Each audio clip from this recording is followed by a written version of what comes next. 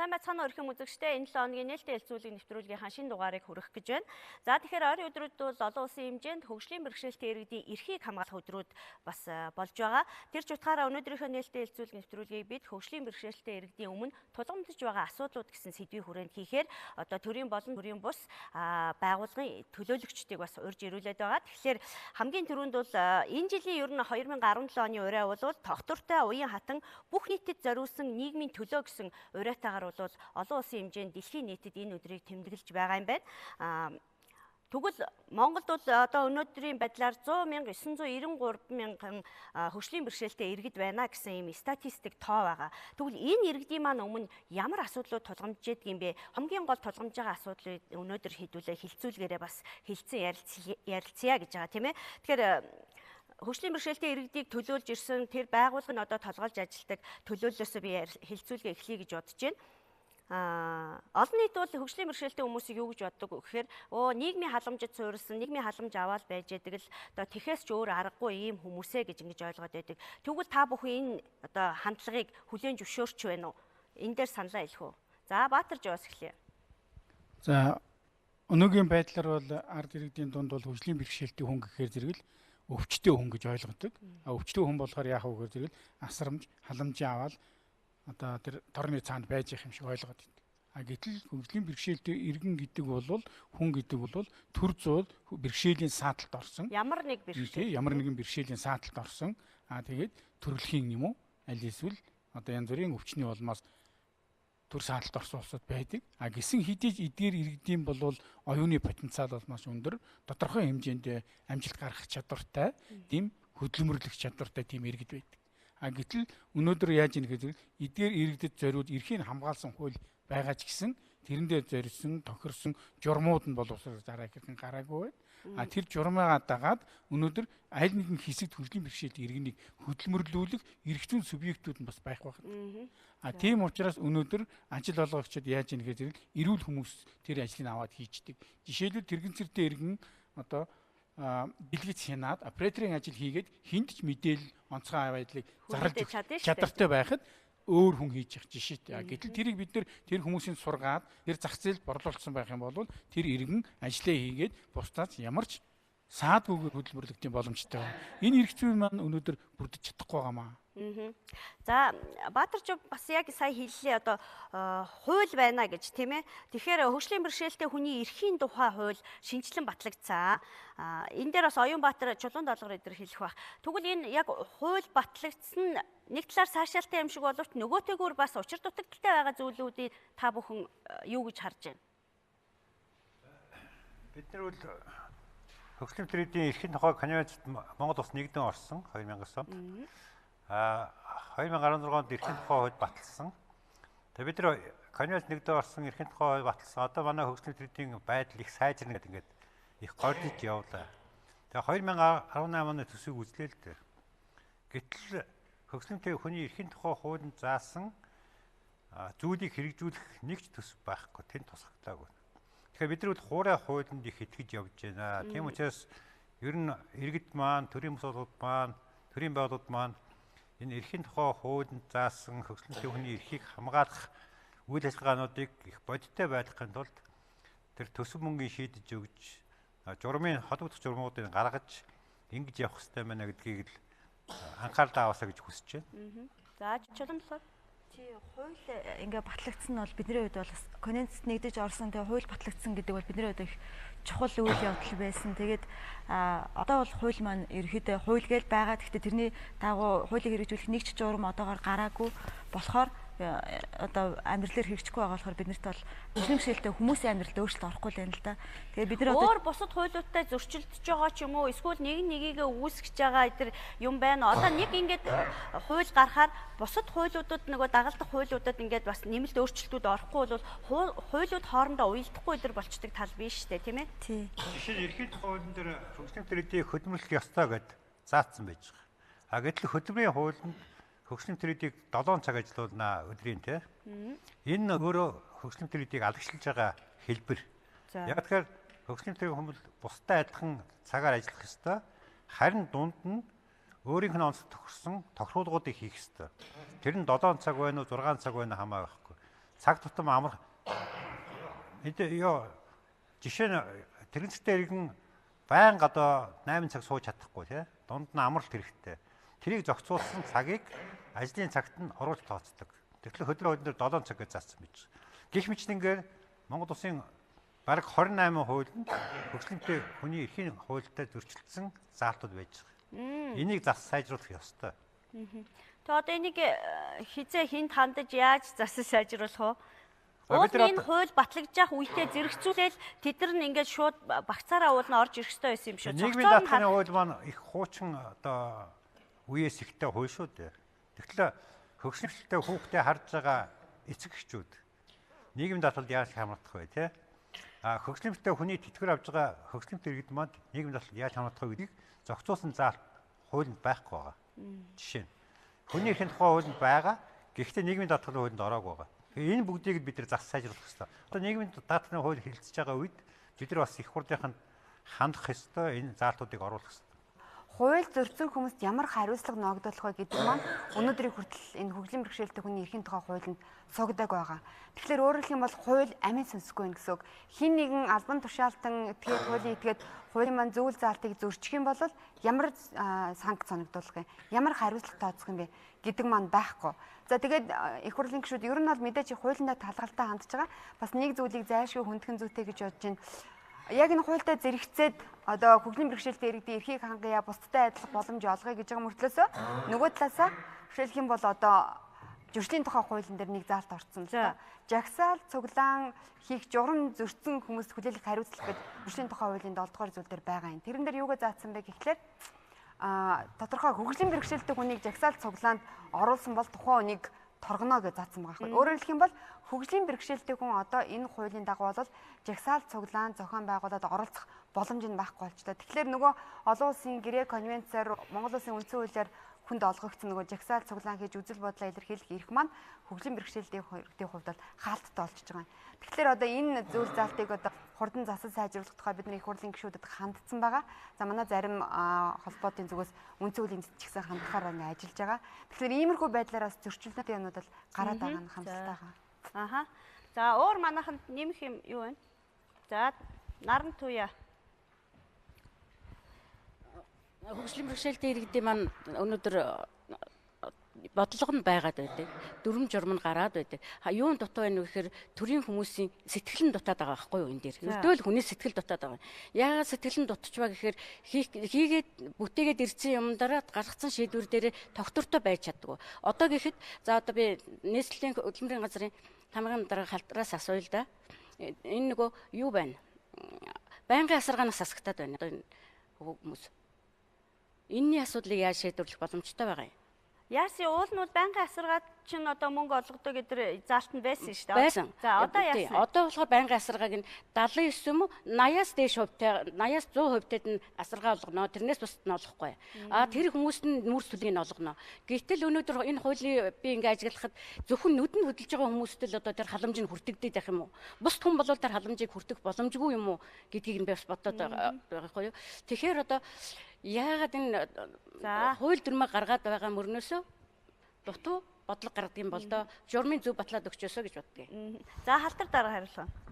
Нийгмийн алхамжийн тухай хуулийн дагуу олгож байгаа тэтгэмжийн нэг төрөл бол энэ байнгын асаргааны тэтгэмж байгаа. Тэгэхээр байнгын асаргааны тэтгэмжийг сүүлийн үед нэлээд хавтгарч байна гэсэн шүүмжил бол бас нийгэмд бол явж байгаа. Тэгээ одоогийн яг мөрдөгдөж байгаа хуулиар бол байнгын асаргааны тэтгэмжийг хөдөлмөрийн чадвар алалтын хувь буюу те 79% сая ярьж байна те энэ хувиар бол олгоод байгаа маа 80-аас дээш хувьд олгоно гэд. За энэ байдал дээр бол манай иргэд маань бас шүүмжлэлтэй хандж байгаа. За энэ халамжийн байгууллагууд маань бол бас тодорхой хэмжээний саналуудаа бол гаргасан. Тэгээ энэ хүрээнд эрүүл мэндийн яам, хөдөлмөр нийгмийн хамгааллын яамны хамтарсан ажлын хэсэг бол байгуулагдсан байгаа. Энэ ажлын хэсгээр бол мэргэжлийн зөвлөлийн 16 байгууллагын төлөөлөл, за төрийн байгууллагуудаас, төрийн бус байгууллагуудаас, за дүүрэгт ажиллаж байгаа, хороон дээр ажиллаж байгаа халамжийн мэргэжлтнүүдээс ингэж орсон бол ийм ажлын хэсэг ажиллаж байгаа. Тэгээ энэ ажлын хэсгийн хүрээнд бол одоо гол шийдэгч байгаа асуудал маань бол энэ байнгын асаргааны тэтгэмжийг олгохдоо энэ хөдөлмөр чадвар алдалтын хувьяас гадна ер нь өвчнийх нь оншоор нэгдүгээр өвчний оншоор, хоёрдугаарт тухайн хүний нөхцөл байдлаас хамааруулж олохоор ингэж үл яригдж байгаа. Бид нар тэгээд энэ одоо дүүргүүдийнхаа хөдөлмөр халамж үйлчилгээний хэлтсүүдээс одоо яг энэ байнгын асаргааны тэтгэмж олгож байгаа байдлаар өчигдөрхөн яг судалгаа ингэж авч нэгтгэгдэж байгаа. Тэгээ энэ байдлаас аваад үзэх юм бол нийтдээ одоо хөгжлийн бэрхшээлтэй иргэдийн бол 5500 гаруй иргэн бол одоо тий байнгын асаргааны тэтгэмж бол авч байгаа юм байна. 100,993 иргэний 5,000. За энэ бол нийслэлийн хэмжээнд 5500 гэдэг маань улсын нийслэлийн хэмжээнд бол нийтдээ 33713 хөгжлийн бэрхшээлтэй иргэн байгааг тооцож байгаа. Энэ тооноос бол одоо 5500 бол байнгын асаргааны тэтгэмж авч байна гэж. За хуулийн хүрээнд байнгын асаргааны тэтгэмжийг бол ямар хүнд олох вэ гэвэл өөрөө өөртөө үйлчлэх чадваргүй одоо бусдын заавал бусдаа дэмжлэгтэй байгаа тийм хүмүүст бол олохоор байгаа. Гэтэл бол өнөөдөр бас энэ байнгын асрын тэтгэмж байна бол жоохон автгаарцсан байдал байгаа учраас одоо тэр өвчний оншоор шалгуур үзүүлэлтийг бол ингэж одоо нэлээд наривсгаж тооцох юм бол шаардлагатай байгаа. Нарамжаагийн хэлээд байгаа өмнө нь бол одоо ингээд юу ахлаар 5500 гэсэн нийслэлийн хэмжээнд тэгж гарсан юм байна. Өмнө ингээ олгож ирсэн хувь хэмжээгээр бодохоор хичнээн хүнд олгож ирсэн.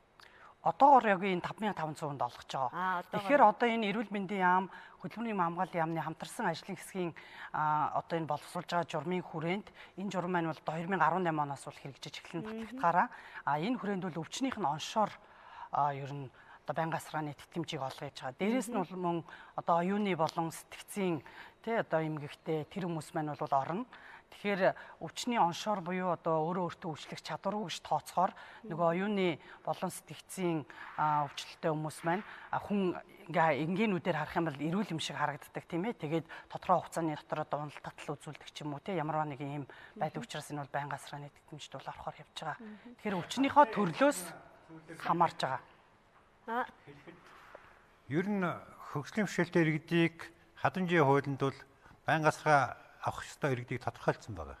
Бүгдийн гэсэн үг. Бүгдийн тодорхойлсон. Гэтэл 2016 оны 6 сарын 30 сонгуулийн яг дараахан гарсан тушаалаар 80-аас 100% хүн байнгын асарганд хамрагдана гэдэг тушаал гарцсан.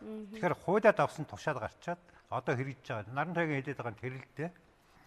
Ер нь хөгжлөнтэй хүний эрхийн тухай хуулийн 37-гийн 1 дээр хөгжлөнтэй иргэнийг тодорхойлох асуудлыг маш тодорхой заасан байгаа. Гэтэл одоо хүртэл Баатаржав энэ хэлдгээр хөгжлөнтэй иргэнийг халамжийн хүн, өвчтэй хүн гэж хардаг аргачлалаараа хөгжлөнтэй иргэнийг тодорхойлж явж байгаа юм.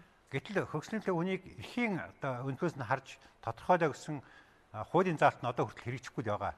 Тийм учраас энэ бодиттой юмнууд их гараад байна л да. Баянбатар ахын яриг дэлгэрүүлээд ярихад одоо нөгөө хөдөлмөрийн чадвар алдалтаар ангилаад байгаа шүү дээ. 50 хүртэл 50-аас 70-аас 70-аас дээш хүртэл. Тэгээ амьдрал дээр намайг одоо жишээлхэд би бол 90% чадвар алдалтай гэд хөдөлмөрлөгч бараг чадваргүй гэж онцлогдож байгаа. Энэ нөгөө бодит амьдрал дээр ерөөсөө нийцдэггүй. Тэгээ энэ хандлага бол олон улсад ерөөсөө хэрэглэгдэггүй.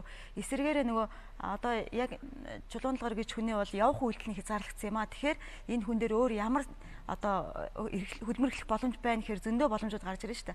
90% чадвар алдаа гэдэг ингээд үнэлцгээр бол бараг боломжгүй мэт харагддаг. Тэгэхээр энэ нөгөө хөгжлийн бэрхшээлийг тодорхойлж байгаа аргачлал маань үндсээрээ буруу учраас ингээд халамжийн хуулийг хэрэгжүүлэхэд алдаанууд гараад байгаа. Энэ бол нэлээ их олон сөрөг үр дагаврыг авчирч байгаа л та. Нөгөө оншин дээр тулгуурлаж гаргана гэдэг маань нөгөө өвчтөн гэж харахад хүргээд байна шүү дээ. Тэгэхээр энийг халтар дарга эргээд хармаар юм байна. За гам бол нэмэх гээд байна те. Саяны энэ манай хөгжлийн бэрхшээлтэй иргэдийн хэлээд байгаа энэ ангиллал гэдэг юм дээр ярьж байна л да. Тэгээ хуулиад авсан бид нар хуулийн дээр бол оруулж гисэн. Ангиллалыг одоо биеийн үйл ажиллагааны олон улсын ангиллал ICF ингээд бид нар бол ярьж байгаа ангиллалыг одоо нэвтрүүлэхээр энэ манай яамнаас одоо ингээд ажлын хэсэг гаргаад эрүүл мэндийн яам дээр бол за сая чулуун доллар хэлдэ штэ.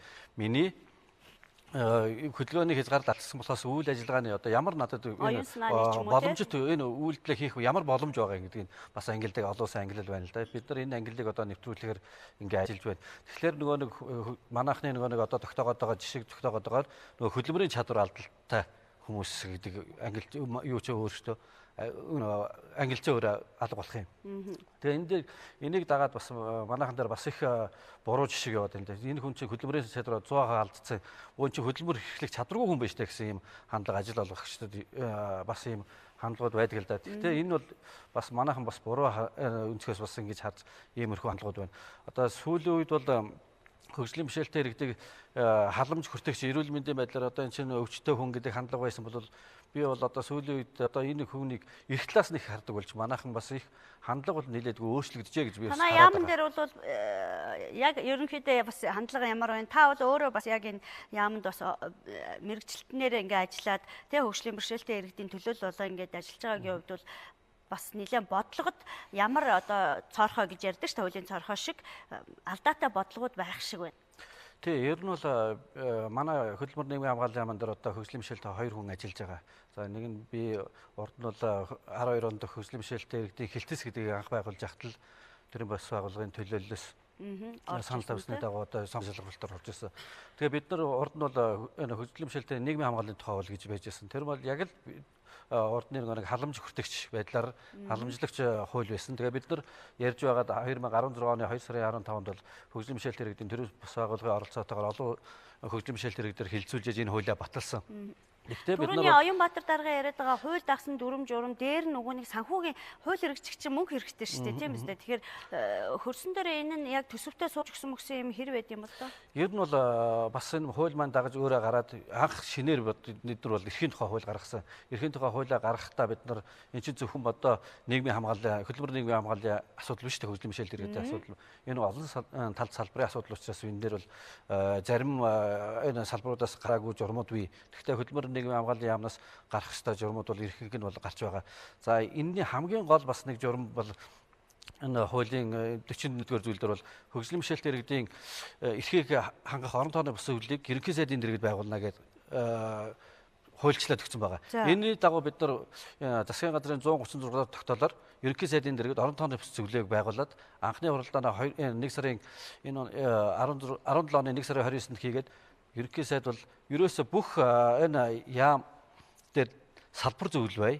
Бүх аймагуд дээр энэ дэд зөвлөл ингэж ажиллая гэдэг ийм шийдвэр гарсны дагуу одоо бүх яамдууд дээр зөвлөлүүд ажиллаж байна. Тэгэхээр энэ зөвлөлүүд маань яах вэ гэхээр одоо тухайн салбартаа энэ жил ямар ажиллагаа хэрэгжүүлэх, тэр үйл ажиллагаагаа ямар хэмжээний үйл ажиллагаа хэрэгжүүлэхийн хичнээн төсөв энэ байх ёстой гэдэг энийг бол энэ зөвлөлөөр бол хэлцээд явах ёстой. Тэгээд одоо гаргаж ирсэн юм байт юм. Яг одоохоор бол бид нар бас ерөнхий зөвлөлийнхаа дэд зөвлөлийнхаа явцын талаар бас бүх яамдууд руу албан бичиг хэлгээгээд энэ зөвлөлөө байгуулсан уу, зөвлөлийн дагуу одоо ямар үйл ажиллагаа хэрэгжүүлж байгаа гэдэг ажлын төлөвлөгөөг нь авч байна. Зарим яамдууд нь бол байгуулсан ч байна, зарим нь одоо дөнгөж одоо байгуулах гэж байна гэсэн тийм юу ирж байна, хандлага ирж байна. Тэгэхээр энийг бол бид нар цаашаа тогтмол үйл ажиллагаатай болчих юм бол бас энэ хөгжлийн бэрхшээлтэй иргэдийн нэлээдгүй асуудлыг шийдвэрлэнэ гэж харж байгаа. Энд би нэмээд хэлэхэд ерөнхий сайдын зөвлөл байгуулагдсаас өмнө нийслэлээр зөвлөл байгуулагдсан. Нийслэлээр бол төрийн байгууллагаас 7 хүн, төрийн босгоос 7 хүн байгаа. Энэ зөвлөл бол бас нэлээд одоо сайн ажиллаж байгаа гэж би хэлнэ. Яа тэгэхээр хөгжлийн бэрхшээлтэй ажлын байр бий болгох чиглэлээр, хөгжлийн бэрхшээлтэй төсөв батлах чиглэлээр тий. Хөгжлийн бэрхшээлтэй ер нь эрхийг хангах чиглэлээр энэ зөвлөл бас бодлогын төвшөнд нэлээд өөрчлөлт хийсэн. Гэхдээ муу юмнууд байгаа. Гэхдээ бид нар сайн нь олж харах хэрэгтэй. Тэрийн дэмжиж. Та энэ зөвлөлд нь багтж байна уу? Энэ зөвлөлд багтж байгаа. За дашуурлаа. Нийслэлийн засаг даргын дэргэдэх энэ хөгжлийн бэрхшээлтэй иргэний зөвлөл байгуулагдаад 2 жил болж байгаа гэж байгаа шүү дээ, тий. Тэгэхээр сая Хямгаа бол одоо өөрөө байдаг болохоор тэгж юм хийж байгаа гэдэг. Тэгээд яг ямар чиг үүрэгтэй юу хийх юм, ажлын байр нэмэгдүүлэх талаар дөрвтэй хийсэн юм юу вэ? За хөгжлийн бэрхшээлтэй хүний эрхийн тухай хууль манд шинжлэгдээд 2016 оны 2 сарын 5-нд батлагдаж 3 сарын 14-ний өдрөөс эхлээд хэрэгжиж эхэлсэн. За энэ хуулийн 41-р зүйлд хөгжлийн бэрхшээлтэй иргэний эрхийг хангах салбар дундын үйл ажиллагааны уялдаа холбоог зохицуулах, түүний хэрэгжлийг хангах чиг үүрэг бүхий орон тооны бус зөвлөлийг байгуулнаа. Энэ зөвлөл маань аймаг нийслэл дүүрэгт байгуулагдах ёстой. Энэ зөвлөлийн маань дарга нь засаг дарга байна гэж заасан байдаг. Тэгээ үүний давуу нийслэлийн засаг даргын дэргэд нийслэлийн засаг даргын 2016 оны 10 сарын 14-ний өдрийн А727 дугаар захирамжаар хөгжлийн бэрхшээлтэй иргэний зөвлөл байгуулагдсан. Мөн бас нийслэлийн 9 дүүрэгт хөгжлийн бэрхшээлтэй иргэний зөвлөл байгуулагдаад засаг даргын тэргүүлээд ажиллаж байгаа. За нийслэлийн энэхүү зөвлөл маань 24 хүний одоо гишүүний бүрэлдэхүүнтэй. Зөвлөл байгуулагдсан байна. Зөвлөл маань байгуулагдаад сар тутам хуралдаад ажиллаж байгаа. За энэ ажил маань бол хөгжлийн бэрхшээлтэй иргэдийн эрхийг хангах, тэднийг хамгаалах, хөгжүүлэх олон ажил зохион байгуулж байгаа. Түүний одоо ганц жишээг дурдах юм бол 2017 оны 5 сард хөгжлийн бэрхшээлтэй иргэдийн одоо тэгш нийгмийн амьдрал тэгш оролцох дэд бүтц хүртээмжийн талаар одоо үнэлгээ хийсэн байгаа. 9 дүүрэгт 9 ажлын хэсэг гараад төрийн болон үйлчлэгээний байгууллагын одоо 90 гаруй байгууллагуудад дэд бүтцийн үнэлгээ хийсэн. Гэх мэтлэнгээр нэлээд олон ажлыг бол зохион байгуулж хийж байгаа. За баярлалаа. Тэгэхээр дашхор бас бог нэмэлт. За Ганбат. Тэгэхээр ер нь зөвлөлийн төвшөнд бол нэлээд олон ажлуудыг бол бас яг бодитойгоор бол хийсэн байгаа. За одоо хамгийн наад зах нь гэхэд хөгжлийн бэрхшээлтэй иргэдийн одоо протезийн үйлдвэр гэж байдаг. За энэ одоо үйлдвэр бол бас тэр цалин шат нь бол байхгүй байсан. За энийг шийдэхэд одоо 79 сая төгрөгийг бол шийдэж өгсөн байгаа. Одоо энэ чиглэлээр бол хотын иргэдүүд одоо тухайн протезээ бол хөнгөлөлтөө одоо хийхээр ийм байдалтай байж байгаа. За мөн төрийн бас байгууллагуудтай одоо гэрээгээр одоо бас ажил гүйцэтгүүлж байгаа. Тухайлх юм бол одоо сая манай чулуун даалгар барьцсан явжсэн танд өгсөн баг. Одоо ном байж байна. Хүүхдийн бага насны хүүхдийг одоо бас хөгжлийн бэрхшээлтэй иргэдийн одоо хандлагыг одоо өөрчлөх чиглэлтэй. Хүүхдүүдээс эхлэе гэсэн санаатай. За мөн одоо Оюнбаатаргуудаар гэхэд энэ теле зохиомж энэ хандлагатай холбоотой. Нөгөө талаар бол бас дэд үтс одоо энэ жакета одоо хамтраад нийслэл 16 оноос 20 оны хүртэл бол үндсэндээ Улаанбаатар хотод хүртээмжийн чиглэлээр бол одоо үйл ажиллагаа явуулахар төсөл хэрэгжүүлж байгаа. Одоо хөлбөр нийгэм хамгааллын яам, хот, жайка гэсэн ийм одоо гурвалсан байгууллага. Гэх мэтлэн бол одоо Улаанбаатар хотод ажил явуулж байгаа. За чулуун даалгавраа дэд бүтцгээд дашуурлаа ярьлаа шүү дээ. Тэгэхээр дэд бүтц бол хөгжлийн бэрхшээлтэй иргэнд ээлтэй бос байна гэд бид нар олон жил ярьсан. Тэ одоо тэр шатмат, орц, гарц ингээд ерөөсөө одоо хөгжлийн бэрхшээлтэй хүмүүс нийгмийн амьдралд оролцоод явхад бол хүндрэлтэй гэж ярьдаг байлаа. Одоо ярьдаг байлаа гэж одоо ярьсан хэвээрэл байна уу? Эсвэл ахис дэвшил гарсан уу? Энэ дээр хариулт өгөөч. 10 оноос хойш ер нь Улаанбаатар хотын барилга байгууламж зам дээр хийсэн үнэлгээ өнгөрсөн жил бид нар нэгтгэхэд ер нь Улаанбаатар хотын нийт барилга байгууламжийн 20% л хөгжлийн бэрхшээлтэй иргэд хүртээмжтэй байгаа. 47% нь бол ямар нэг хэмжээгээр хүртээмжийг бий болох орлого хийсэн. Гэхдээ яг бүрэн шаардлагат нийцэхгүй. За 33% нь бол ерөөсөө байхгүй орох нэвтрэх одоо тэднээс үйлчлэг авах боломжгүй байна гэсэн тийм судалгаа бид нар гаргасан. Тэгээд энэ бид нар ер нь байнга л ярьдаг л да. Бид нар саадгүй зорчмоор байна. Бусдын адил одоо танаа байгууллагаар нэвтрэмээр байна гэж ярьдаг. Баг зэрэгээр сайжирч байгаа. Энэ жилийн үед бол бас нэлээд том ахиц гарсан. Барилга байгуулалтын яамнаас шийдвэр гараад 8 сарын 1-ээс эхлээд хөгжлийн бэрхшээлтэй иргэдийн төлөөлөл барилга хүлээж авах улсын комиссд орж ажиллаж байгаа. Энэ бол маш том амжилт. Одоо шинээр барилж байгаа барилга байгууламжууд хэрвээ хөгжлийн бэрхшээлтэй хүмүүст ээлгүй байх юм бол бид нэр одоо өөрсдөө очиж үзээд ээлгүй байх юм бол энэ дээр шаардлага тавиад зөвшөөрөхгүй байх бүрэн хэрэгтэй болсон. Энэ бол маш том давуу тал гэж бодож байгаа. Энэ бол яг нөө хуулийнхаа эрхийн хуулийн дагуу хийгдэж байгаа хамгийн анхны бодиттой үр дүнд хүрсэн ажил гэж харж байгаа. Мэдээж ингээд нөгөө комиссд орж ажиллаж байгаа хугацаанаас хойш бид нэр харахад бол барилгууд яг нөгөө шинээр баригдж байгаа барилгууд дээр шаардлага тавиад өөрчлөлтүүдийг хийж байгаа маш их үр дүн гарч байгаа. Тэгтээ бас бид нэр өшөө цаашаа сайжруулах ажлууд байгаа. Одоо энэ нөгөө комиссд орж байгаа хүмүүсээ 21 аймагт бас бий болгож байгаа. Тэгэхээр хөгжлийн бэрхшээлтэй хүмүүс маань өөрсдөө маш чадвартай байх хэрэгтэй. Өөрсдөө асуудлаа мэддэг, нөгөө стандартынхаа норм үзүүлэлтүүдийг мэддэг байх шаардлагатай гэдэг. Энэгээ бид нар бас ороод ажиллаж байгаа юмнууд байгаа. За баярлалаа. Энд дээр нэмээ хэлэхэд нийслэлтэр энэ анх барилга хүлээн авах комисс гэдэг нөгөө 11-ээс дээш давхарт бол нөгөө барилга хотоогоолтын яам те 11-ээс дээш давхарт 17-оос дээш давхарт 17-оос доош давхарт нийслэл орон нутаг гэдэг. Тэгээ нийслэл барилга хүлээн комиссд анх хөгжлийн иргэдийг оруулж ажиллуулсан. Тэгээ нөгөө нийслэлийн цагдаагийн газрын дарга болсон боловсрол ахлуулсан комисс нөгөө замыг хашаа барьцдаг энэ байдлыг нийслэлээр 1 жил бүр арилгуулсан. Энэ бол айгүй их сайн жишээ болохоор нэг юм ажил хийсэн байна. За баярлалаа. Тэгэхээр микрофон аваад яраарай. Энэ дээр бас нэмж хэлэхэд манай хөгжлийн бэрхшээлтэй иргэдийн нэгдсэн холбоо яасан гэхээр барилга архитектурын хороотой хамтран бүх барилгын архитектурууд барилга барьж байгаа газрын тэр зургуудад энийг суулгаж өгдөг болсон. Тэгснээрээ энэ бол юу гэв дараагийн шинэ баригдж байгаа барилгууд тэр хүмүүсийн эрхийг хангасан дид бүтсэн бол олон улсын стандартад нийцсэн тийм барилгууд баригдахаар болж байгаа маа бас. За баярлалаа. Ямар боловч бид шат ахиж яваал юм байна, тийм ээ. Сайхан жишээ ярихад бас сэтгэл ханамжтай байна. Ягаад гэвэл хөгжлийн бэрхшээлтэй иргэдийн асуудлыг ярихад дандаа л тэр нь болохгүй, энэ нь болохгүй гэдэг айгүй хүндрэлтэй асуудлууд яригддаг. Нэг ч гэсэн ийм зөв шийдлэр явж байгаа нь сайн хэрэг. Би халтраас асуух гэдэг хөгжлийн бэрхшээлтэй иргэдэнд олгогдоо одоо тусламж, хөнгөлөлт эдэр байгаа шүү дээ, тийм ээ. Тэр чинь тэгээд нөгөө нийслэлийн төсөвтэй сууж өгдөг. Ер нь жил тутамд хэдийн орчим төгрөг сууж өгдөг. Тэрнийх нь одоо яг зарцуулалт нь ямар хөө байдгийг яг хүндээ бас хүрж байгаа үгүүдээр та нар маань мониторинг гэдэр хийж үздэг гэдэр юм байна уу? За байлгүй яг уу нийгмийн халамжийн тухай хууль, за хөгжлийн бэрхшээлтэй иргэний эрхийн тухай хууль, за мөн сая 7 сард батлагдсан засгийн газрын 197 дугаар тогтоол байгаа. Энэ тогтоол дээр хөгжлийн бэрхшээлтэй иргэнд олгох хөнгөлөлт тусламжийн тухай журам гэж байгаа. Энэ журмуудын хүрээнд бол энэ хөгжлийн бэрхшээлтэй иргэнд бол одоо заасан хөнгөлөлт тусламжийг үзүүлэн явж байгаа. За 2017 оны үед бол нийслэлийн төсөвт нийтдээ нийгмийн халамжийн чиглэлээр бол 101 тэрбум төгрөг тавигдсан байгаа. 101 тэрбум төгрөг тусгагдсан. За үүнээс яг энэ хөгжлийн бэрхшээлтэй иргэнд үзүүлэх тусламж хөнгөлөлтөнд бол одоо нийтдээ 22353 хүнд 6.3 тэрбум төгрөг төсөөлөгдөн батлагдсан. За энэс одоо энэ эхний 10 сарын байдлаар бол 16571 хүн нь бол энэ хөнгөлөлт тусламж аваад байж байгаа. 6.3 тэрбумынхаа хэдийн зарцуулсан? За нэг 2.9 тэрбум 3 орчим тэрбум төгрөг нь бол одоо зарцуулагдаад. Одоо тал хувь нь онд дуусгах гэж хаад байж байгаа юм уу? За ер нь бол энэ тэгээд одоо дэмжлэгтэй ороо явчихж байгаа. За мөн хоолт хичээлийн дэмжлэг тусламж гэж бол бас байгаа. Энэ хоолт хичээлийн дэмжлэг тусламж гэдэг нь бол нөгөө өрхийн нэгдсэн сангийн төвшин тодорхойлох судалгаанууд явагдсан. Манай бас иргэд мэдж байгаа. Шат чатандаа явагдсан. Одоо бол бас энэ судалгааны хяналтын тоолгол хийгдэж байгаа. За энэ судалгааны хүрээнд бол энэ хүнс хичээлийн дэмжлэг тусламжийг бол 27388 хүнд буюу 3.2 тэрбум төгрөгөөр бол ингээд тусгагдсан.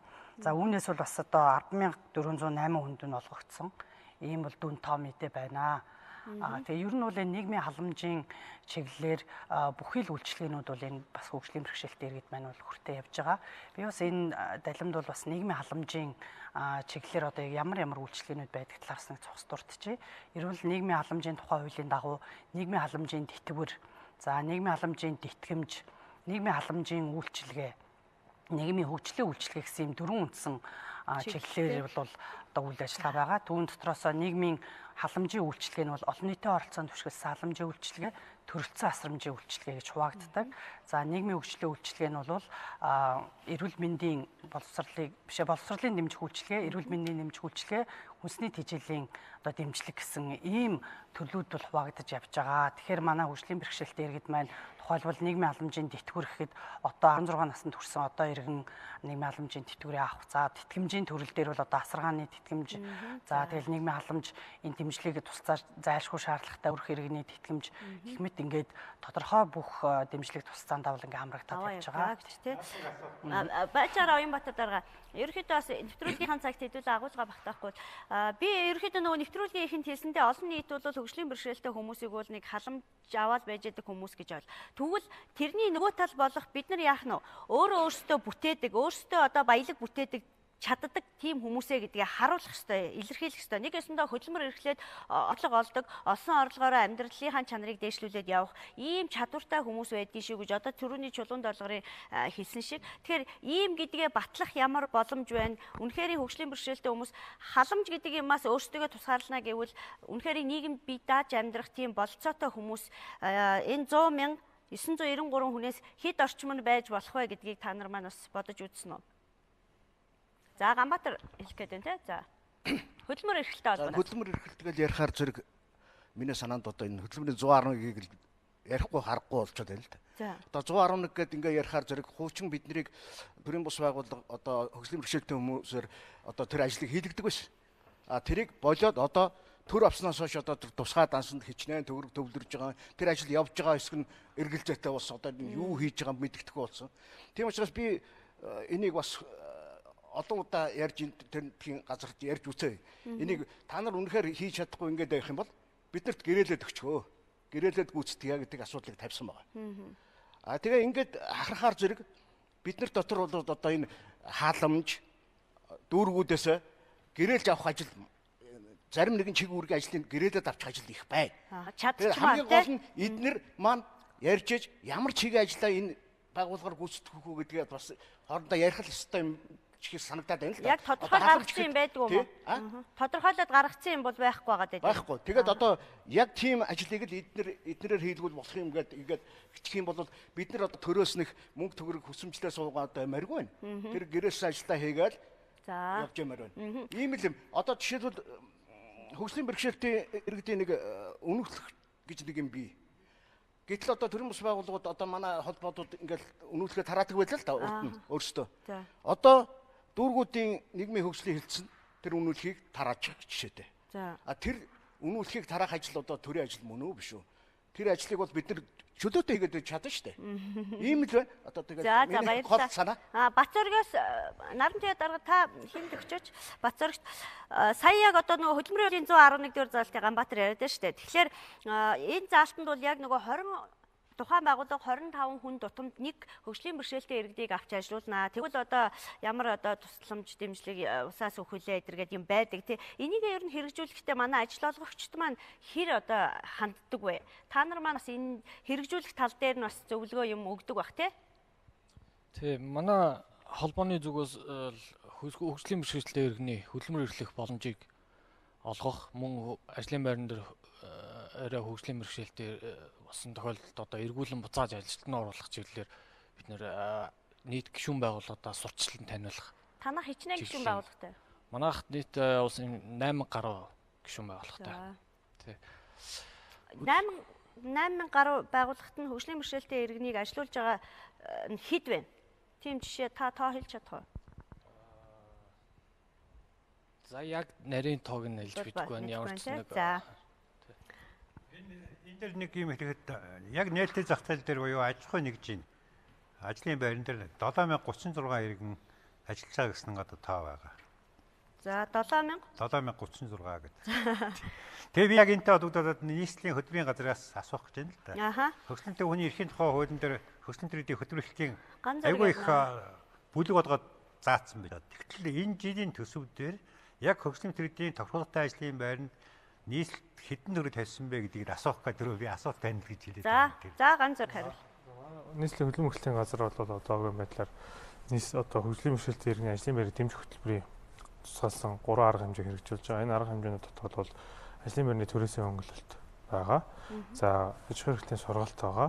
Ажил олгогчийг дэмжих арга хэмжээ гэсэн 3 хэмжээнд энээр бол одоо манай дээр 182 сая төгрөгийн төсөвтэй байгаа. Нийслэлийн хөдөлмөр эрхлэлийн газарт тавигдсан төсөв. За тэгээд одоо бид нар аж ахуй эрхлэлийн сургалтанд бол 930 иргэнийг хамруулсан. Ажлын байрны төрөөсөө хөнгөлөлтөнд бол 103 иргэнийг бас хамруулад одоо тийм тодорхой дэмжлэгүүдийг олгоцсон байгаа. Ажил олгогчийг дэмжих арга хэмжээнд дээр бол бас яг одоо юу гэдэг 20 одоо 111 төгрөг тогтоол гэж хууль гэж яриад байгаа тийм. Тэгэхээр энэ дээр үгүй 25 дээр 25-ыг харьцах нэг гэдэг харьцаа явдаг. Тэгэхээр 25-ын харьцааг ер нь бол аж ахуйлагч байгууллагууд бол харьцангуй яг хангах бас шатанд аяг хэцүү байдаг учраас ерөнхийдөө зарим газрууд бол ер нь мөнгөөр мөнгөл бүр төлөөд торгуул хэлбэрээр ч юм уу. Торгуулж явах одоо ногдсон одоо юу гэдэг ногдлоор нь төлөөд одоо хөдөлмөртөд дэмжих санд бол төлрүүлээ явдаг. Энэ дээр бол бас манай яамны зүгээс яг хэдэн өөр төлөрсөн тодорхой мэдээлэлүүд өгөх баха. За яг бидний саяны ярьсан 25-ийн буюу 1 гэдэг харьцаан дээр хөдөлмөр эрхлэлийн санд мөнгө төвлөрдөж шээ. Энэ жилдээ хэдэн төгрөг төвлөрдөг юм. Энэ төвлөрсөн мөнгийг яг одоо эргээд энэ нөгөө хөдөлмөр эрхлэх шаардлагатайгаа хөгжлийн бэрхшээлтэй иргэдэд зориулж чаддсан юм уу? Хаашаа ордын тэр мөнгө нь? Одоо хөдөлмөр эрхлэх дэмжих сангийн төвлөрсөн мөнгийг бол одоо улсын хэмжээнд тий хөдөлмөрийн яамнаас одоо ерөнхийдөө бол хуваарлаад дүүргүүд байна, аймагуд байна гэдэг ажилгүй иргэдийнх нь одоо ажилгүйдлийн төвшин, ажилгүй иргэдийнх нь тоо гэж юм ингээд төсөл хөтөлбөрүүдэд тухайн энэ жил бол одоо 6 хөтөлбөр хэрэгжиж байгаа. Энэ 6 хөтөлбөрт бас мэдээж хуваагдаж өгч байгаа. Яг одоо би бол яг тэдэн төгрөг одоо яамны хэмжээнд улсын хэмжээнд төвлөрснийг бол мэдэхгүй байна. За яг одоо нийслэлийн 10 сарын байдлаар бол нийслэлийн 9 дүүрэг нийслэлийн хөдөлмөр эрхлэлийн газарт одоо 167 иргэн хандсан хөгжлийн бэрхшээлтэй иргэн бүртгүүлсэн ажил хайж үүнээс бол одоо 69 иргэнийг нь одоо ажил зурчсан байгаа. За тэгээд одоо нийслэлийн хөдөлмөр эрхлэлийн газар маань болохоор нийслэлийн засаг даргаас батлагдсан нэг өрх нэг ажлын байр нэг өрх нэг ажлын байр хөтөлбөрийн хүрээнд бол одоо хөдөлмөр эрхлэлийг дэмжих төвийг 4 гаруй төв дээр байгуулж байгаа. Тэгээ энэ одоо дэмжин гаруудаар байгуулж байгаа шалтгаан маань одоо нэгсэндээ орох, нэвтрэх тий одоо бүх одоо юм нэг давхарт байрлсан хөгжлийн бэрхшээлтэй иргэнийг асарж байгаа эцэг эхчүүд гэж бас байгаа. Эдгээр одоо эцэг эхчүүд маань одоо манай төвөөр үйлчлүүлэх төвдөр маань ямар үйлчлэл ажиллагаа явах ажил зуршлах үйл ажиллагаа за бас мэдээж ажилгүйдийн зөвлөгөө, сэтгэл зүйн зөвлөгөө гэдэг ингээд зөвлөгөө сургалтууд аль болох одоо шууд үгдийн манайх бол төрийн байгууллага дэмжлэг талаасаа бол сургалт мэдээллээр хангах нь одоо үндсэн үүрэг байгаа. Ажил олгогчид бол одоо үгдийн шаардлага тавиад явж байгаа. Нэг талаас ачхийн төлөө хуулийн этгээд. Тэгэхээр мань одоо компаниуд бол бас мэдээж өөрийнхөө ашигын төлөө явна. Мэдээж томроод ирэх тусмаа нийгмийн хариуцлага ухамсарлах тухайд нийгмийн хариуцлагаа дагаад одоо юу гэдэг хөгжлийн бэрхшээлтэй иргэнийг авч ажилуулах тал дээр бол харьцангуй бас сайжирдаг байна. Халтар даргын дээр нэмэт хэлчих боломж байна уу? Саяны тэр тоог би хэлэх үү. За. Ер нь бол хэдний өртөлтэй. Хөгжлийн бэрхшээлтэй иргэд одоо 100 мянган хөгжлийн бэрхшээлтэй иргэн байна гэж байна шүү дээ. За тэдний яг хөдөлмөрийн насны нэг 80 мянган хөгжлийн бэрхшээлтэй иргэн байгаа юм. За 80 мянган хөгжлийн бэрхшээлтэй иргэдийн энэ нэг 19 мянга орчим нь цалинтай одоо хөдөлмөр эрхэлж яах гэсэн юм судалгаа байдаг. За бусад одоо 70 мянган хөгжлийн бэрхшээлтэй иргэн бол одоо ажилгүйд хуваараа хөдөлмөр эрхлэх юм уу одоо бусдын одоо юунд дэмжлэг үзүүлэх, дэмжлэгтэй ажлын байранд хамрагдах ч юм уу ийм байдлаар юу гэдэг нь. Тэгээ манай хөдөлмөр нийгмийн хамгааллын яамнаас бол одоо хөгжлийн бэрхшээлтэй иргэдийн иргэд болон ийм сая 6 хөтөлбөр ажлын байрыг дэмжих хөтөлбөр хэрэгжиж байгааг ярьсан шүү дээ. Тэрний нэг нь бол хөгжлийн бэрхшээлтэй иргэдийн хөдөлмөр эрхлэлийг дэмжих хөтөлбөр. За энэ жил 17 оны хувьд бол нийт 4 тэрбум төгрөгийг бол энэ хөтөлбөрийн хүрээнд бол тавигдсан. За тэгээд бид нар бол одоогийн байдлаар бол 2.6 тэрбум төгрөгийг бол зарцуулчаад байна дэмжих хөтөлбөртөө. Тэрбум 400 үлдсэн байна тийм. Энэ бол яагаад үлдэж байгаа гэхээр одоо нөгөө нэг төсөл аж ахуйн нэг байгууллагад чинь төслийн хүрээнд одоо би ийм доктортой ажлын байр бий болгоно гэдэг төслийн хүрээнд одоо хамрагдсны мониторинг хийж үзээд үнэхээр энэ доктортой ажиллаж байна уу? Хүмүүсийн ажлын байраар хангаж байна уу гэдгийг нь бас шалгаад бас үлдсэн одоо 30% нь бол шилжүүлдэг ийм журамтай. Тэгэхээр одоо ер нь бол хөдөлмөр эрхлэлтийг дэмжих нэг хөтөлбөрийг бол хөдөлмөр нийгмийн хамгааллын сайдын зөвлөл баталдаг л да. Тэгээ бид нар энэ жил болгоо ингээ хөтөлбөрүүд бол өөрчлөгдөд бас ингээд доктортой биш зарим зүйл заалтууд нь өөрчлөгдөд болохоор бид нар бол энэ хөдөлмөр эрхлэлтийг дэмжих тухай хуулийн дээр бол хөгжлийн бэрхшээлтэй иргэдийн хөдөлмөр эрхлэлтийг дэмжих тийм тусгасан бүлгийг бол оруулж өгч байгаа. Энэ дээр юу оруулж өгч байгаа вэ гэхээр хөгжлийн бэрхшээлтэй иргэдийг ажлын байраар дэмжих, за аж ахуйн нэгж байгууллагыг дэмжих, за мөн одоо хөгжлийн бэрхшээлтэй хүүхд иргэдэд асарч байгаа энэ асар хамгаалагчийг ар гэрээг нь хэрхэн дэмжих вэ гэдэг ийм зохицуултаар одоо энэ хууль эрх зүйн зохицуултыг хийхээр ингээд ажлын хэсэг бол ажиллаж байгаа. Энэ ажлын хэсэг дандаа манай төрийн бас байгууллагын төлөөлөл орсон ийм ажлын хэсгүүд бол ажиллаж байгаа. За баярлалаа. Энэ саяны хөгжлийн бэрхшээлтэй иргэдэг хөдөлмөрт зуушлах, ажиллах асуудал дээр бас сүүлийн үед бол дэвшилттэй нэг байгаа гэсэн нэг хэсгийн дэвшилтгүй бас асуудал байгаад байна. Жишээлбэл хөгжлийн бэрхшээлтэй мөртлөө одоо хөдөлмөрийн чадвар өндөртэй ажиллаж исэн хөгжлийн бэрхшээлтэй иргэнийг одоо намын одоо сонгуул яваад солигддог шүү дээ тийм үү? Энэ үед аваачаад ажилгүй болчихдог. Тий, тэгэхээр зэрэг нөгөө иргэнийг нь яамнаас та энийг одоо буцаагаад ажилд нь аваа энэ одоо хөгжлийн бэрхшээлтэй хүний эрхийн тухай хуулийг зөрчсөн байна гэхээр зэрэг одоо өөртөө ажилд авч өгдөг. Тийм чадвартай, тийм чадварлаг маш олон хөгжлийн бэрхшээлтэй иргэд байна. Намаар нь ялгуурсан юм уу? Яагаад тэгсэн? Одоо мэдгүй намын ялгуурл байд юм билгүй. Тэр бид нар бас ойлгохгүй. Тавьж үзсэн, тавиад бас дийлэхгүй. За Бадаманд. Тэгэхээр энд бас нэвтрүүлэг үзэж байгаа хүмүүст хандаад шийдвэр гаргахад хандаад гэсэн надад бас санал байна. Яг тэгэхээр хөгжлийн бэрхшээлтэй иргэдийг ажлын байранд зуучлахад одоо бас сэтгүүлчийнхаа хуваарч гэсэн өөрийнхөө төрийн тус байгууллага эрхэлжсэн үйл ажиллагааны хүрээнд хэд хэдэн иргэдийг ажил оруулсан байгаа. Тэгэхээр одоо эрхнээсээ Юнигаз компани санхүүгийн албаны дарга хийгээд явж баян зүрхтээ өргөдөхэд ажиллаж байна. За энэ одоо сая Басар маань аваад ирсэн байна мэргэжилтэн. Тэгэхээр ажил олгогчдод зориулсан тохируулалттай ажлын байраар хангах тухай гэсэн зөвлөмжийг гаргасан байгаа. Тэгэхээр энэ дээр Оюнбатар дарга бас зөвлөсөн байгаа. Тэгэхээр энэ дээр Монгол улсын 13 хуулийн дээр ажилласан байдаг. Тэн дээр хөгжлийн бэрхшээлтэй иргэдийг ажилд авах юм бол ямар одоо зохицуултын төрөөс хөнгөлөлт үйлчилгээг авахын ажил олгогч нар хөгжлийн бэрхшээлтэй иргэдэд ажлын байр болгосон тэр боломжуудыг нь яаж одоо төр одоо дэмжих юм гэдэг. Дээрэс нь хөгжлийн бэрхшээлтэй иргэнийг ажилд авснараа ажил олгогчдод ямар давуу талууд байгаа гэсэн энэ бүх юмнуудыг энэ дээр дурдсан байна. Тэгэхээр миний гаргах шаа санал нь юу вэ гэхээр би Монголын үндэсний олон нийтийн телевизэд одоо шинэлүүхэн таны мэдхүй албанд одоо ажиллаад нэвтрүүлэг бэлтгэж байна. Тэгэхээр ганц хөгжлийн бэрхшээлтэй иргэнд бид одоо өөрийнхөө нэвтрүүлгээр мэдээж яриг одоо бүх нийгмийн хаалгыг өөрчилж чадахгүй ойлгомжтой. Тэгэхээр ингээд нээлттэй хэлэлцүүлэгч сэтгүүл толгой өөрсдийнхөө одоо хэр хэмжээгээрээ сурталчлаад байгаа энэ одоо боломжн дээр юу санал болгох гэж байна гэхээр энэ хөдөлмөрлөлтийг дэмжиж байгаа тэр төсөн мөнгнөөс одоо биднэрт олж болдоггүй юм уу сэтгүүлч нарт тийм ээ. Манай телевизтэй хамтраад ажиллах гэрээ байгуулад эсвэл одоо хяналт шалгалтын хийдгийг энэ одоо өстой нөгөө бид нар нийгмийн эдийн бэрэг шахаад ажиллаж байгаа сэтгүүлч нартай бүр хамтраад ажиллах энэ саналыг хөдөлмөрлөлтийн газарт бас хэлэх дуулгах хэрэгтэй юм байна болов уу гэж бодлоо. За та бүхэн өөрөө мэдж байгаа 2004-8 онд бол улс их хурлдах хөгжлийн бэрхшээлтэй иргэдэд дэмжих лобби бүлэг бол одоо цэцлэгч шуудад даалгаад ажиллуулсан. За би нэр бүхий 31 гишүүдэд бол хөгжлийн бэрхшээлтэй иргэдийн энэ хуулинд нь өөрчлөлт оруулах юм бол ямар боломжууд байх талаар үнэхээр одоо эцэц цэцгүүл явсан да. Тэгэхээр өнөөдөр бол энэ ажлыг дахиад эргээд хиймээр юм биш үү. Бид нар 16 онд батлагдсан тэр хуулиндаа баярлж ирсэн 68 оны төсөвт ямар ч одоо энэ санхүүжилтэнд байхгүй болтлоо ингэж яана гэдэг бол одоо дахиад ухралт болсон байна гэж миний хувьд бол үзэж байна. Тэгэхээр бидний зөвхөн одоо хөгжлийн бэрхшээлтэй иргэдийг гар урлал тэр одоо нэг шүр сувд гэж ярихынхаа оронд оюуны хөдөлмөр эрхэлж байгаа энэ хүмүүсийн бүтээлүүдийг нь одоо санхүүжүүлэх хэдийд байх болоо. Дэвшилттэй юмыг бол бид нар олж хармаар санагдаж байна тийм ээ. За баярлалаа Бадаманда. Гэрэл ааха. Хэлд ярьж байгаа дээр бас зарим сайн жишээ хэлье гэж бодож байна л да. Жишээлх юм бол яг хараагүй иргэдийн хувьд авч үзмээр байна. Өнөөдөр бид нар 2005 онд хараагүй иргэдийг бариуцлалчаар сургаж ирсэн. Өнөөдөр 300-аад хүн сургаад 65 хүн доктортой ажлын бариуцлаар эрхлээд явж байна. Одоо бид нар бүгдээрээ мэдэнтэй хараагүйчдийн массаж гэдэг.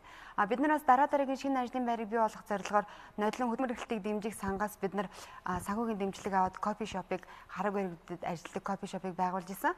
Бид нар тэр ажлаа бүр дэлгэрүүлээд Солонгосын хараагүйчдийн байгууллагатай хамтраад одоо хараагүй хүмүүст баристагийн мэргэжил олгох сургалт явуулж байна. Сайн анхны төгсөн 6 хүний 5 нь одоо энгийн кофе шопд очиод ур чадвараа шалгуулад ажилтаа болж байгаа жишээтэй. Одоо бид нар энэ ажлаа улам бүр цааш нь өргөжлүүлээд ихтэй сургууль төгсөж байгаа мэргэжил эзэмсэн хүмүүсийг одоо бусад бүс компанид ажиллаж жуулчлах энэ ажлыг эхлүүлээд явж байна л да. Гэтэ ингээд амжилттай жишээ байхын дээр бид нар жоохон дэмжлэг өгчих юм бол илүү доктортой ажлын байраа хадгалах тийм боломжууд бий болчиход байгаа. Тэгэхээр одоо яг энэ бизнес эрхлээд явж байгаа ажлын байр ингээд өөрсдөө бий болгоод явж байгаа хүмүүс одоо нэлээд том хэмжээний зээл олгох тэгээд урт хугацааны баг үеийн зээл олгох ийм шаардлагууд шилэн гарчаад байгаа л да. Тэгэхээр ингээд яг хөгжлийн бэрхшээлтэй иргэдийн хэрэгцээг одоо шат шатаар нь үнэлээд тэрэнд нь нийцсэн байдлаар төр засгаас дэмжлэг өгөх юм бол илүү бид нар баялаг бүтээч илүү бид нар өрх бүлдээ түрүү нөгөө халамжлуулагч биш одоо ингээд бусдад хувь нэмрээ оруулах боломж бол нэгдэд байгаа. Бид нар бол чадна. Бид нар зүгээр боломж олгооч л гэдгийг хэлэх гээд байна да. Гэрлэгийн хэлсэн дээр нэмээ хэлэхэд чулуун. За чулуун даалгаар ярианы сэдв бол одоо ингээ халамж болохгүй байна. Одоо асаргаа биднэрт олдохгүй нэгэл ингээ яваад байгаа байхгүй юу? Уг нь бол бид нар энийг хүсэхгүй байгаа юм. Ерөөсөө л одоо та бол ингээд гэрээсээ гараад автобусанд суугаад ажилдаа ирэхэд ямар саадгүй, ямар нэгэн төрлийн үйл явах танд нэг их саад болохгүй. Тэгэхээр бид нар яг л тийм орчныг л хүсэж байна. Тийм л болгочих юм бол бид нар улс их орондоо хөдөлмөрлөөд, татваргаа төлөөд, одоо үүргээ хүлээгээд ингээд ажилламаар байгаа. Тэгэхээр энэ болгоныг өөрчлөхийн тулд илүү нөгөө бодиттой ажлууд хийх хэрэгтэй. Одоо бол ерөнхийдөө зөвлөл байгуулгаж байна, ерөнхий сайдын дэргэд зөвлөл байна, яамдуудын дэргэд дэд зөвлөл байна гэдэг ер нь бол байгаа. Тэгвэл бодит ажил барилга бот байгуулалтын яамнаас бусад яамдууд дээр бол ер нь бага байгаа. Тэгэхээр бид нар илүү нөгөө бодиттой яг нөгөө иргэн одоо яг миний амьдралд өөрчлөлт гарах өөрчлөлтүүдийг л хүлээгээд байгаа. Тэгээд ер нь хөгжлийн бэрхшээлтэй иргэдийн төрийн бас байгууллагууд хөгжлийн бэрхшээлтэй иргэд өөрсдөө маш их чадварч байгаа. Ер нь бараг зарим төрийн байгууллагын ажилтнаас илүү нөгөө асуудлаа мэддэг, халамжийн системийн тогтолцоог мэддэг, олон улсад тэр нь яаж хэрэгжиж байгааг мэддэг. Ингээд өөрсдөө бас гадагшаа тутагчаа яваа сураад мэдээд ирсэндээ ингүүл ер нь бол сайжирчихна гэсэн ийм юунууд асуудлууд аягүй сайн мэддэг.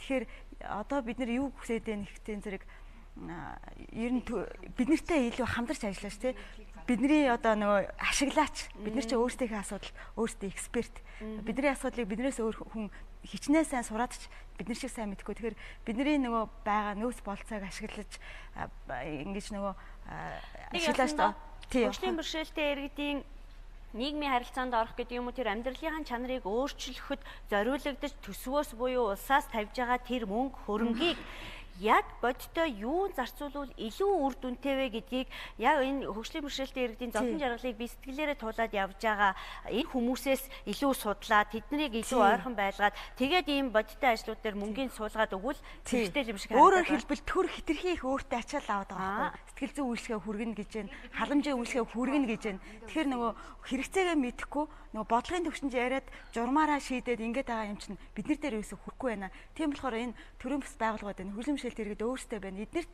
гэрээгээр одоо ямар байдгийн те ажил үүргүүдийг нөхөх юм бол илүү бодиттой. Нэг талдаа хөгжлийн бэрхшээлтэй иргэд маань өөрсдөө ажлын байрыг хангалтад явчихна. Нөгөө талдаа бас яг иргэддээ хүрсэн асуудал мэддэг учраас иргэддээ хүрсэн үйлчлэг хүргээд явах боломжтой. Би хөгжлийн бэрхшээлтэй иргэдийг ингээ маш олон янзын хөгжлийн бэрхшээлээс шалтгаалаад янз бүрийн төрлийн бас байгууллагууд байна. Тэрэгэнцэртэй, хараагүй, сонсголгүй гэх те. Гэтэл надад зүгээр яаж харагдаад ихээр яг дээвэр байгууллага нь аль нь мөн үү те нэг ийм зангидсан том байгууллага байх хэрэгтэй шүү дээ. Одоо нэг зүгээр үйлдвэрчний зарчмал нүдэнд харагдаад байна л да. Тэгээд дотгошоогоо одоо эмч нарын, багш нарын юуны гэдгийг тэрэн шиг сонсголын тэрэгэнцэртэй мэрстэй гээд тэгээд тэр нэг дээвэр байгууллага нь ингээ бодлогоор хангаж яадаг. Тэр дээвэр байгууллага нь магадгүй одоо засагтайгаа гэрээ хийж яадаг. Тэр мөнгөө тэр байгууллагаараа суулгаад аль хэсэгт нь санхүүжилт мөнгө хэрэгтэй тэрэнд нь яг тохирсон ажлыг яавал үр дүнтэй гэдгээ ингээд нэг ийм цонхны том бодлогоор харахгүй байгаад бас асуудал байна уу? Та нар маань бас нэгдэж би санал нийлэхгүй байна. Ааха. Заавал тэгж дээвэр байгуулж нэг дээвэр доор орохгүй юу? Захиргаасаа илүү зүгээр чадвараараа л бид нэр тусдаа мэрэгшиж ажиллах хэрэгтэй.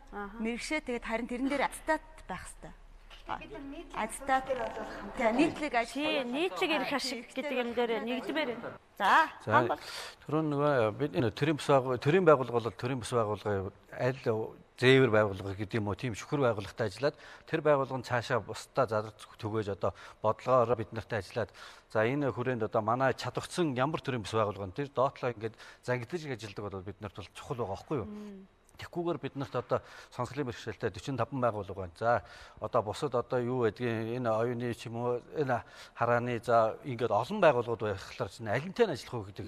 Одоо биш санаатай ажилламаар биш ингэж энийг хиймээр байна гэл ингээл тусдаа яваад айгүй хөчөөдөг. Ягаад гэвэл би энэ жишээ энэ 2008 онд бид нар хөгжлийн бэрхшээлтэй хүмүүсийн эрхийн тухай Нобелийн конвенцийг батлуулахдаа бид нар сүлжээ байгууллагаараа байгуулж иж энийг батлуулж исэн байхгүй юу? Яг тэр зарчмаар ажиллах юм бол бид нарт боломж байгаа байхгүй. Одоо бол яг үннийг хэлэхэд бол зөвхөн хармаандаа тамга хийчихэл явж байгаа ганцхан ч хүн байгаа шүү дээ.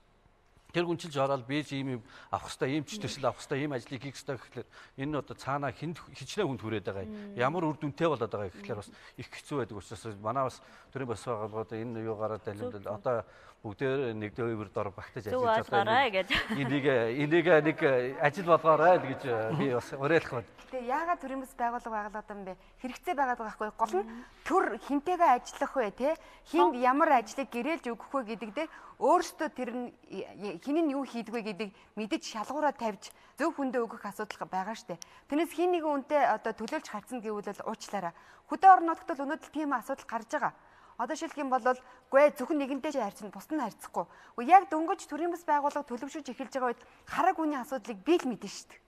Өөр хүн төлөөлж чадахгүй шүү дээ. Тэгэхээр яагаад бүх тэнд байгаа бүх хүмүүсийн дуу хоолойг сонсоод хэрэгцээг нь тодорхойлоод за тэгээ харин хинэн чадж байгаа гэдэг дээр нь шалгуурыг тавьж байгаа чаддаг хүнтэй хамтарч ажиллах нь төрийн үүрэг шүү дээ.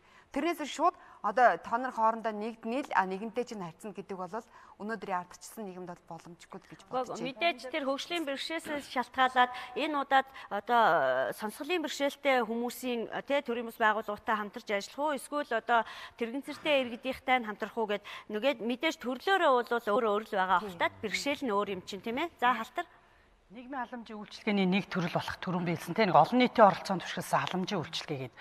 За энэ үйлчилгээг бол манайх хөдөлмөр халамжийн үйлчилгээний ерөнхий газраас төрийн бас байгууллагуудыг магадлан эзэмшил олгодог. Энэ хүрээнд бол бас 4-5 энэ хөгжлийн бэрхшээлтэй иргэдийн энэ төрийн бас байгууллагууд бол үүнд бол хамрагдсан. Тэгэхээр энэ хөгжлийн бэрхшээлтэй иргэд маань өөрсдөө иргэдтэй үйлчлэх тэр халамжийн үйлчлэгээ үзүүлэх энэ ажлыг бол бас хийж байгаа. Эрхээ авч шүү дээ. За үүнээс гадна зөвхөн төрийн бас байгууллагууд биш тийм ээ. Иргэд маань хөгжлийн бэрхшээлтэй иргэд маань ахмадууд маань хоорондоо бүлэг болоод бүлгийн зарчмаар одоо бас бизнес эрхлэх гараагаа эхлэх тийм бас ийм үйл ажиллагаануудыг бол бас дэмжих ажлууд бол хийгдэж байгаа.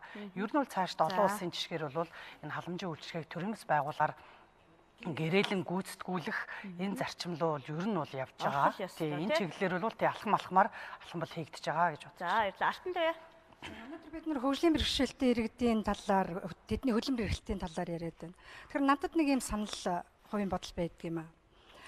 Яг энэ асуудлыг би бол нэлээ ойрхоноос харж бас сонсож байдаг хүний хувьд хөгжлийн бэрхшээлтэй болж байгаа зарим төрөл дээр тийм ээ. Хөгжлийн бэрхшээлийн зарим төрөл дээр заавал хөгжлийн бэрхшээлтэй болохгүйгээр урьдчилан сэргийлэх боломж байгаа болов уу гэж би олж харж байна. Жишээлбэл одоо мэргэжлийн шалтгааллах өвчлөлөөс одоо хөгжлийн бэрхшээлтэй хүмүүс хатуухан хэлэхэд одоо маш олноороо төрж байна, олоноор нь төрүүлж байна.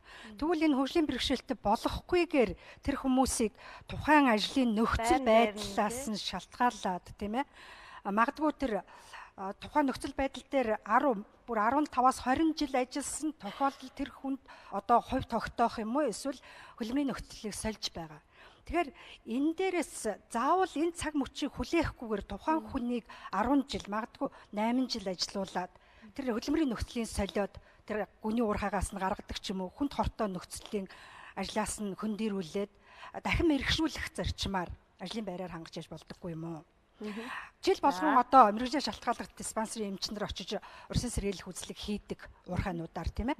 Гэтэл тэнд үзэж байгаа үзлэг оншилгооны үр дүнд магадгүй тэр хүнд мэргэжлийн шалтгааллах өвчин илэрч байгаа тэр тохиолдолд нь тэр хүнийг тэр ажлын нөхцлөөс нь холдуулаад хөгжлийн бэрхшээлтэй болохоос нь өмнө урьдчилан сэргийлэх тийм боломж байдаг юм. Тэгвэл тэр зүсгээс байгаа олгож байгаа тэр төсөв мөнгийг тэр мэрэгшүүлэх дахиад шинэ ажлын байраар хангах тал дээр нь шийдвэрлэж болдоггүй юм уу гэсэн. Амар сайхан санал байдаг. Ер нь хөгжлийн бэрхшээлтэй иргэдийн олон байгууллага байдаг. Гэхдээ энэ янз бүрийн ажилтдаг байх. Хамгийн гол нь энэ хөгжлийн бэрхшээлтэй иргэдийг одоо ажиллах нөхцлөөр хангахын тулд энэ төсөвт одоо ямар нэгэн суугадаагүй гэж сайн яригдж штэ. Тэгэхээр энийг суулгаж өгөөд энэ одоо тохируулгатай ажлын байр гэдээ одоо яригдж байна те. Тэрийг одоо бид нар чинь одоо тухайлбал хөгжлийн бэрхшээлтэй иргэдийг хийж чадах юмнууд өчнөө олон байна. Одоо тухайлбал одоо түүхээ давдаг ч юм уу те. Нэг хог хаягдлыг одоо ангилан ялгах гэх мэт юмнууд дээр ингээд энэ бас нэг зохион байгуулалтанд оруулаад ажиллах юм бол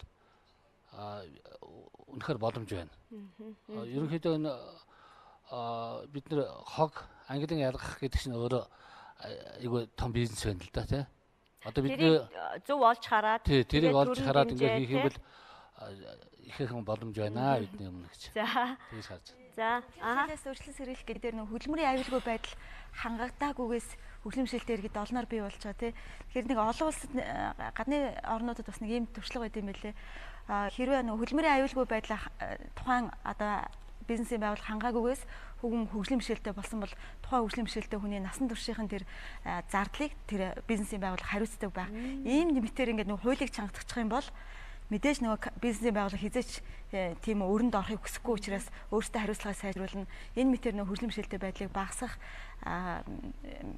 хөшөөргүүдийг бас хийх хэрэгтэй юм шиг санагдтыг. Ер нь нэг бодогдоод байдаг юм бол бид ер нь яагаад заавал хөгжлийн бэрхшээлтэй иргэдийн тоо хэд юм тооны араас хөөсөлж тэр тоог хэрхэн яаж бууруулах ямар боломж хаана ямар зүйл дээр байж болох уу гэдгээл ярьчих юм. Одоо хүүхэд төрхөөс ихсүүлэл тэр ээж яаж эрүүл хүүхэд тээх ёстой юм. Тэгвэл одоо хөгжлийн бэрхшээлгүй хүүхэд гарах юм. За тэр ажлын байран дээр тэр уршин сэргийлч гэдэг юм. Яг л эндээс л уулна ажил эхлэмээр байгаа. Тэр тоог ихсэхтэй биш яаж бууруулах уу гэдгийг чиглэл рүү бодлого маань явах ёстой юу. Тэ Ганбаатар дараа энэ дээр саналаа хэлээд.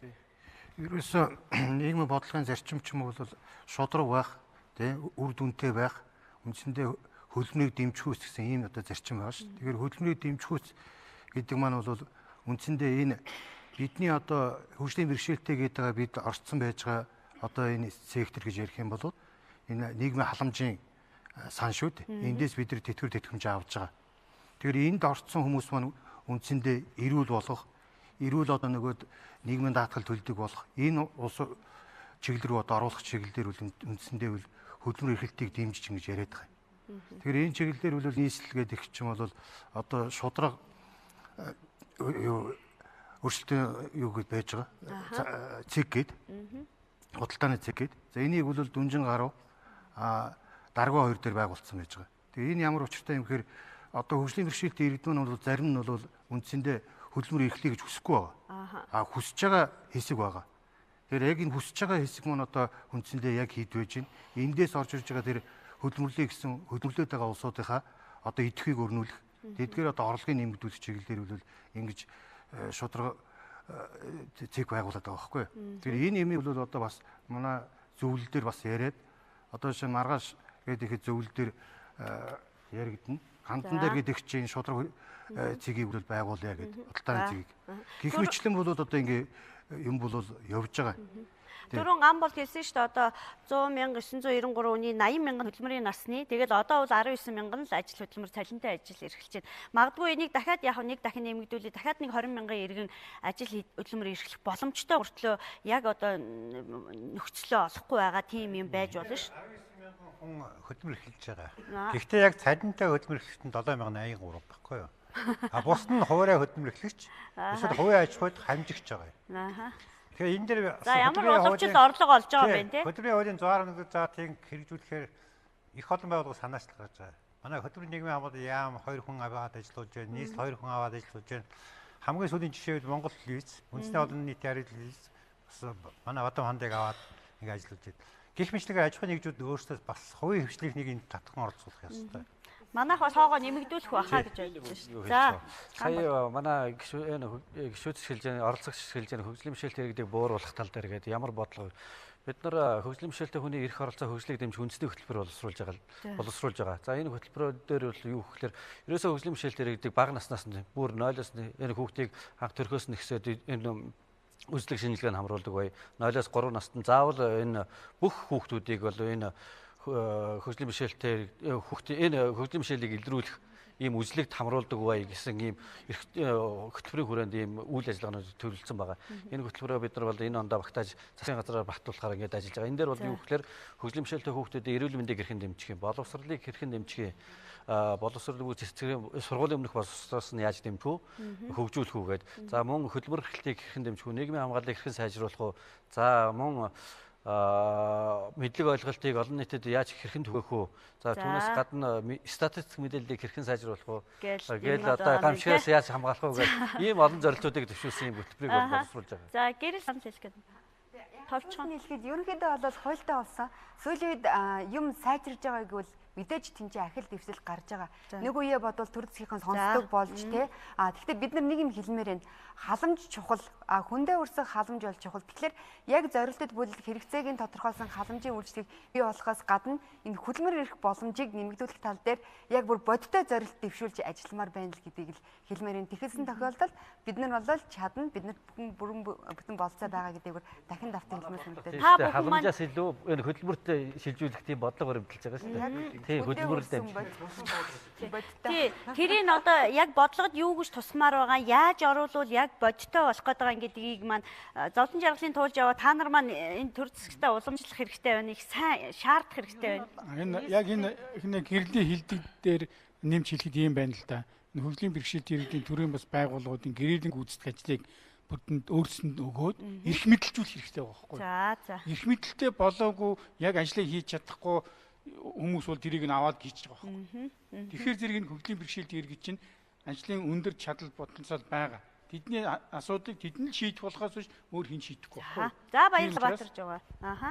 За тэгэхээр Монголын үндэсний олон нийтийн телевизийн нийгмийн эдийн засгийн нэвтрүүлгийн албанаас 7 хоног бүр бэлтгэн хүргэдэг нээлттэй хэлцүүлэг нэвтрүүлгийн энэ удаагийн дугаараар бид хөгжлийн бэрхшээлтэй иргэдийн өмнө тулгамдж байгаа асуудал сэдвийн хүрээнд олон улсын одоо хөгжлийн бэрхшээлтэй иргэдийн эрхийг хамгаалах өдөрт холбогдуулан үзэгч та бүхэндээ хүргэлээ. Ингээд нэвтрүүлэгт оролцсон нийт зочдтой бас талархлаа илэрхийлье.